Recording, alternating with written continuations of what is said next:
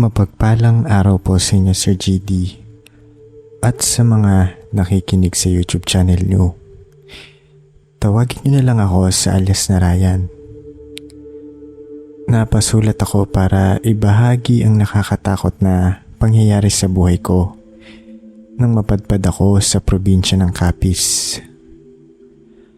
Alam naman natin na ang Capiz ay sikat sa kasabihan na pugad daw ito ng mga aswang. Napakaganda ng probinsyang ito. Nandito ako para ibahagi ang karanasan ko at hindi para siraan ng lugar. Sa Bulacan ako nagkaisip at lumaki. Kung bakit ako napadpad ng Capiz, hayaan niyo pong ikwento ko sa inyo ang buong istorya. Marami akong pinagsisihan sa buhay. Isa na nga dyan yung hindi ako nakapag-aral ng kolehiyo. Lahat naman na hindi magandang ginawa natin sa buhay, may consequences na kapalit. Balang araw, sisingilin tayo nito. 20 years old lang ako noong nawala ang tatay ko. Maraming nagbago sa buhay namin. Naging problema namin ang pera. Dito ko naranasan ang hirap ng buhay. Nagtulungan kami ng ate ko sa paghahanap ng trabaho. Ang nanay ko bumalik sa pagtatahi ng mga kurtina at bag. Hanggang sa mapadpad ako sa syudad ng Taguig para maghanap ng trabaho. Ang hirap palang humanap ng trabaho kapag wala kang tinapos. Ang dami kong inaplayan sa mga sikat na establishmento at sikat na kainan, pero hindi ako pinalad na makapasok doon. Nakahanap ako ng trabaho na hindi nangangailangan ng mataas na pinag-aralan. Sa isang tindahan ng mga sabon bilang isang kargador o tagabuhat. Ang nagmamay-ari noon ay isang single mother na negosyante. Tubong Capiz sila.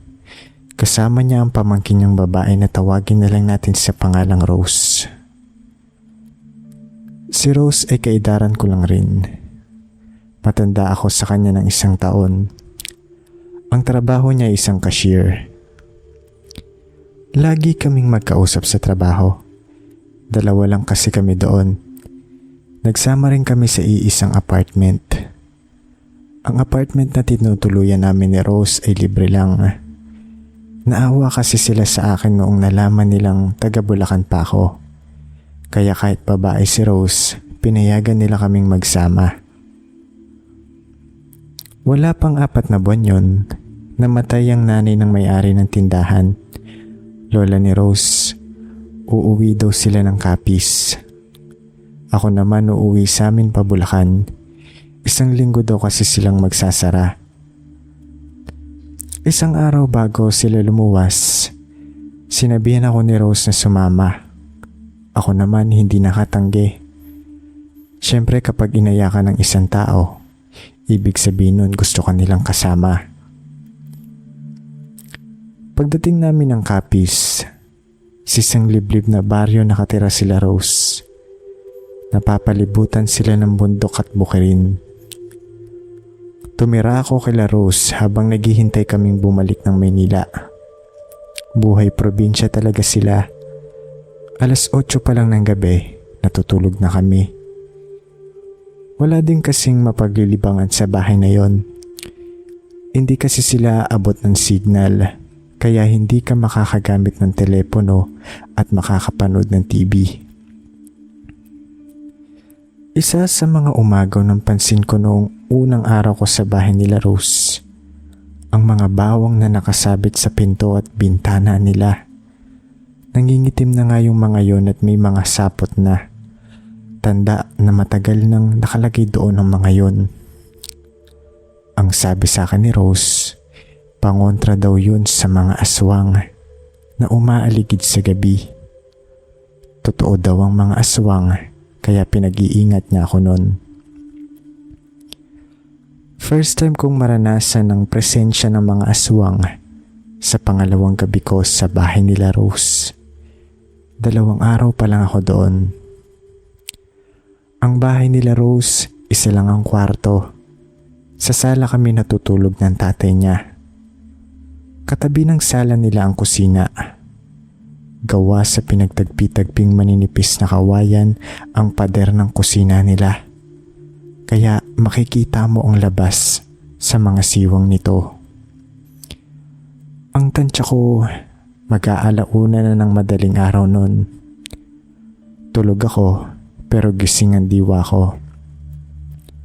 Akala ko nananaginip lang ako ng mga oras na yon kasi may naririnig akong kaluskos na nagmumula sa pintuan nila palabas ng kusina. Alam mo yung asong gustong pumasok sa pintuan? Ganon ang kaluskos na naririnig ko. Pero pahinto-hinto yun. Kada 10 segundo, babalik na naman. Tumayo ako para tingnan yun. Dahan-dahan akong lumalapit. Tapos, yung kaluskos, mas lalong lumalakas at nagiging agresibo. Huminto ako saglit. Nagtataka na kasi ako nun. Wala palang aso sila Rose. Hanggang sa bigla ko nalang naramdaman na may humawak sa balikat ko. Pero alam mo yung hawak na hindi ka magugulat. Yun pala, tatay ni Rose yun. Nagsabi ito sa mahinang boses. Iyo, huwag mong pagbubuksan yan. Aswang yan. Napaatras ako sa sinabi niya.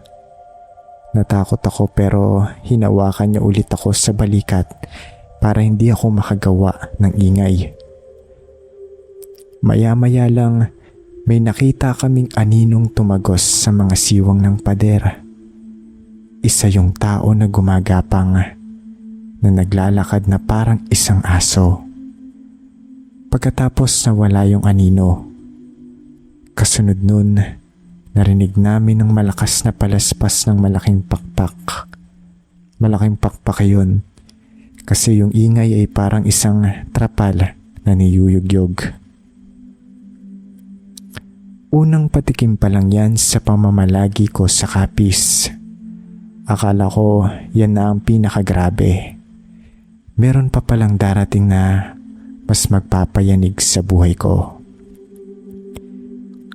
Nakalimutan ko palang sabihin ng panahon ng mangyari ito.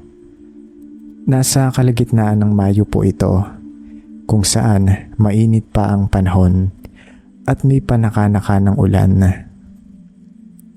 Ang sabi nga nila, mainit sa mata ng mga aswang ang mga dayo sa probinsya.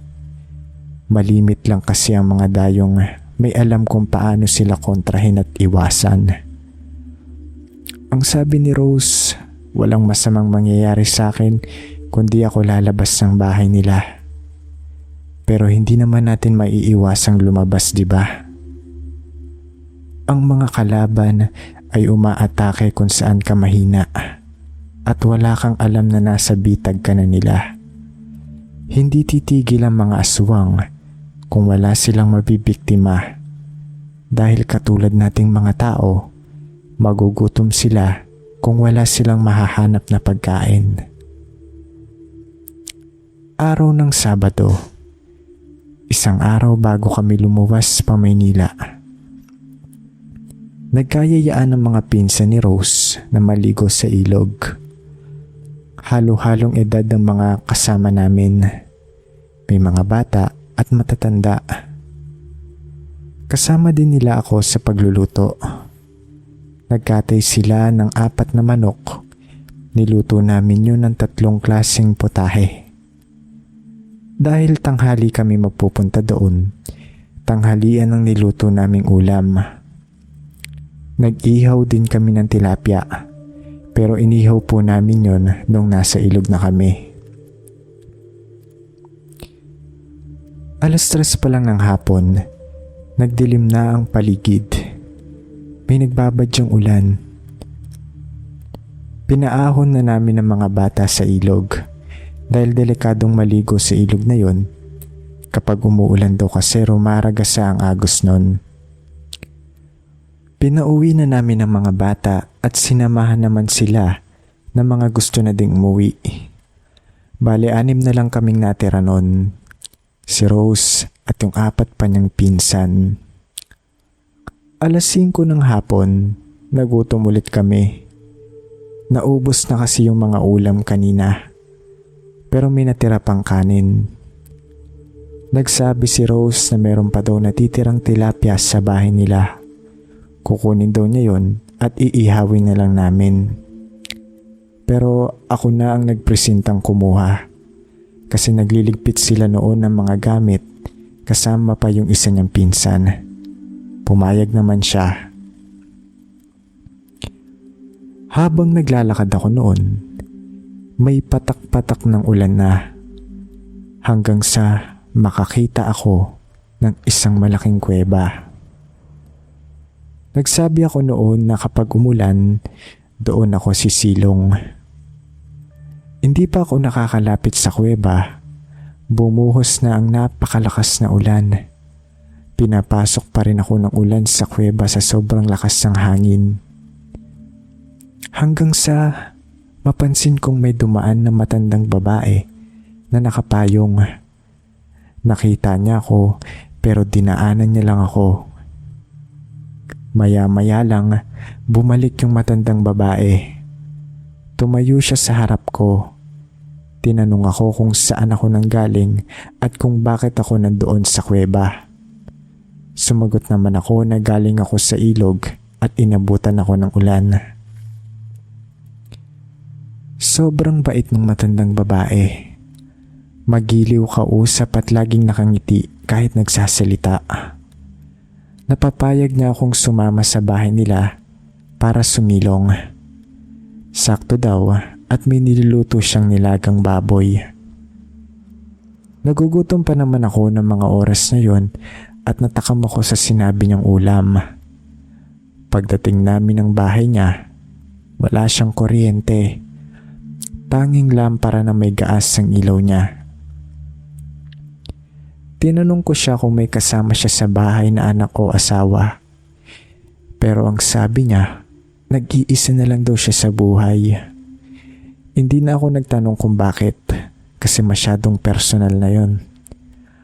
Hanggang sa pinaupo na niya ako sa lamesa dahil luto na daw ang niluluto niyang nilagang baboy. Kahit mausok at amoy usok sa loob na ng bahay dahil kahoy ang gamit niya sa pagluluto, amoy na amoy ko pa rin yung nilagang baboy na niluluto niya. Hindi nagpapatalo ang amoy nun. Sobrang bango na parang masarap siguro ang pagkakaluto nun. Idagdag mo pa na maulan ang mga oras na yon at saktong-sakto sa malamig na panahon. Binigyan niya ako noon na nakalagay sa malaking mangkok. Walang kanin pero maraming sabaw. Umuusok pa yon sa sobrang init. Pero napansin kong wala itong kahit na anong gulay. Walang pechay, repolyo, wala ding mga paminta. Puros karne lang at sabaw. Tapos yung mga karne, lahat yun may mga buto. Hindi na ako nagreklamo. Isa pa nagugutom na rin ako at gustong gusto ko na yung matikman. Tinikman ko muna yung sabaw. Napakasarap nun. Lasang-lasa ko ang katas ng karne. Lasang nilaga naman po siya kahit wala yung sangkap na nakasanayan ko. Sumalok pa ulit ako ng sabaw sa kutsara. This time, puno na yung kutsara ng sabaw. Natatapon na nga yun sa sobrang dami. Natikman ko na kasi kaya alam ko na yung lasa. Sunod naman, hinati ko yung karne sa kutsara. Napakalambot nun. Walang ka-effort na humihiwalay ito sa buto. Pero nagtataka ako kasi mukhang hilaw yung karne sa loob pagkahiwa ko nun. Sa labas mukhang luto naman, pero sa loob parang sariwa pa talaga. Isusubo ko pa lang yun, biglang nagpaalam sa akin yung matandang babae. May kukunin lang daw siya. Pumunta siya sa likod. Maya-maya lang, may naririnig akong tumatawag sa pangalan ko. Palapit ng palapit yun hanggang sa mabosesan ko ito. Si Rose yun. Lumabas ako at nakita ko siya kasama yung mga pinsan niya. Yung mukha nila parang gulat na gulat nung makita nila ako. Ang sabi ko naman, galing ako sa bahay na yon. Ang sabi naman nila, wala na daw nakatira doon. Kinuha namin yung kinainan kong mangko na may nilagang baboy. Inuwi namin yon kila Rose. Pagdating namin, pinatakan yun ng kalamansi. Pinakita nila sa akin kung ano ang mangyayari kapag napatakan ng kalamansi ang luto ng aswang. Mabubulok daw yon, bubula, at magkakaroon ng sebo-sebo sa sabaw nito. Ganun nga po ang nangyari sa nilagang baboy na yon. Nang makita ko yun, nasuka po ako. Ang dami ko pa namang nahigop na sabaw. Maganda daw na naduwal ako noon kasi nailabas ko yung mga kinain ko. Lagi kong sinasabi sa sarili ko noon na minalas ako. Pero hindi ko alam na hindi pa rin ako pinabayaan ng may kapal. Dahil buti na lang, sabaw lang ang nakain ko noon. Pagdating ko ng Maynila, akala ko magiging aswang na ako. Kada umaga pagising ko, lagi kong tinitignan ang sarili ko kung may nagbago na ba sa akin. Wala naman pong nangyaring masama sa akin. Ang sabi ko nga, napakaswerte ko dahil walang masamang nangyari sa akin. Hanggang dito na lang po. Salamat sa mga nakinig hanggang dulo.